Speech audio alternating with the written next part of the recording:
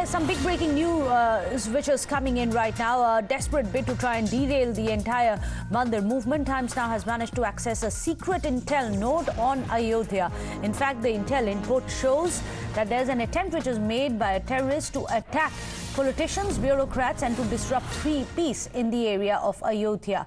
Remember, central security agencies have also suggested that radical elements have been repeatedly trying to provoke members of a community as well to ensure that there is unrest in the society. They have also used Indian government's stand in favor of Israel in this ongoing Israel-Hamas war. Now, following the alert, central agencies had a high-level meeting as well to deal with all this threat issues which are now erupting. Now, all the units have been deployed during the Ram Janmabhoomi ceremony. They've all been altered for this as well to cater for the latest death threats which are coming in. The input is also regarding attempts to create unrest in different parts of Uttar Pradesh. In fact, anti-national groups, what we are picking up from the intel sources, have also been created on social media so that they can push in propaganda material, create anti-India posts before international communities as well. That's the big breaking news which is coming in. Security has been altered after this terror threat which has been sounded by the security agencies. This is something that Times Now has managed to access a secret intel node ahead of the consecration ceremony on the 22nd. Remember, the consecration ceremony is going to be of significance, great momentous significance, because 8,000 dignitaries, 8,000 people are going to be part of this consecration ceremony, and they're going to be descending from all parts of the world along with global leaders and leaders from India. Let me go across to Priyank Tripathi, who's joining us. Priyank, tell us a bit about this intel note and what kind of a specific threat perception is the consecration ceremony under?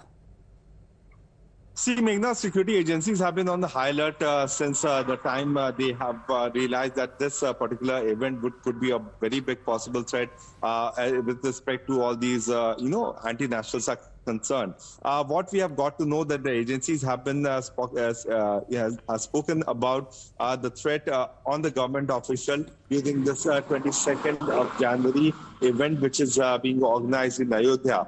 They have also cited about the Indian stand in the Israel and Gaza war, where the Indian government has already taken a stand where most of the voices from the government official side has come up in favor of Israel. So that could be certainly used by the accused for the Western interest group, and they can rank this issue virtually on the virtual platforms, and the VVIPs and all those dignitaries could be of a possible threat.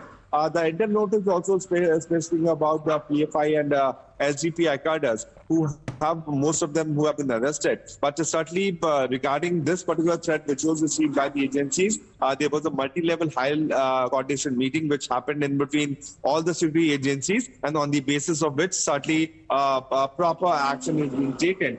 What we are also getting to know that there could be a possibility that these suspects could try to vitiate the atmosphere, if not in Ayodhya, then other parts of Uttar Pradesh, and that has been taken very seriously by the security establishment. Give us a sense of how many people are going to be part of this entire security apparatus which is going to be put in place for the 22nd, the consecration ceremony and the days leading up to it, given over 8,000 people, for example, are going to be part of it.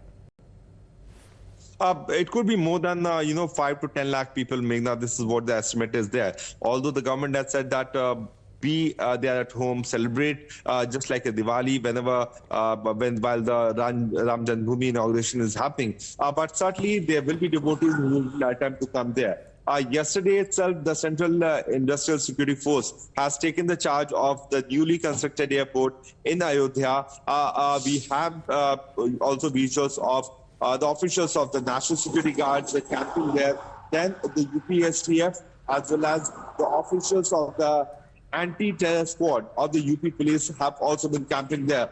There are multiple agencies which have also been working in coordination because this is the decade's biggest event, I would say, with respect to any religious place is concerned. And looking at there has been a resentment in these anti-national over the court order, the orders which has come up, the construction. So everything has been taken up very seriously, Meghna. And this is what the note which has been accessed by Times Now exclusively is also suggesting about.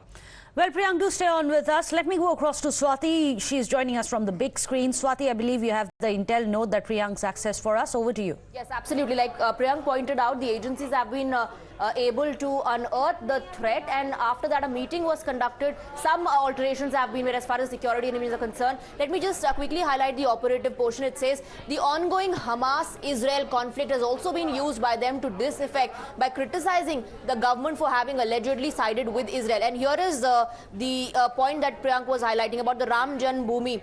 Further, the consecration ceremony of the newly constructed Shri Ram Janmabhoomi Teerth Kshetra is likely to be held at Ayodhya, Uttar Pradesh on the 22nd of January 2024. Vested interest groups may rake up this issue to vitiate the communal atmosphere. Such anti-establishment narrative in the community has the potential to provide impetus to radicalization and enhance threats to VIPs. So this is what they're talking about. The Israel-Hamas conflict that could be used as far as the Ram Janmabhoomi consecration ceremony is concerned, and vested interest groups could vitiate the atmosphere.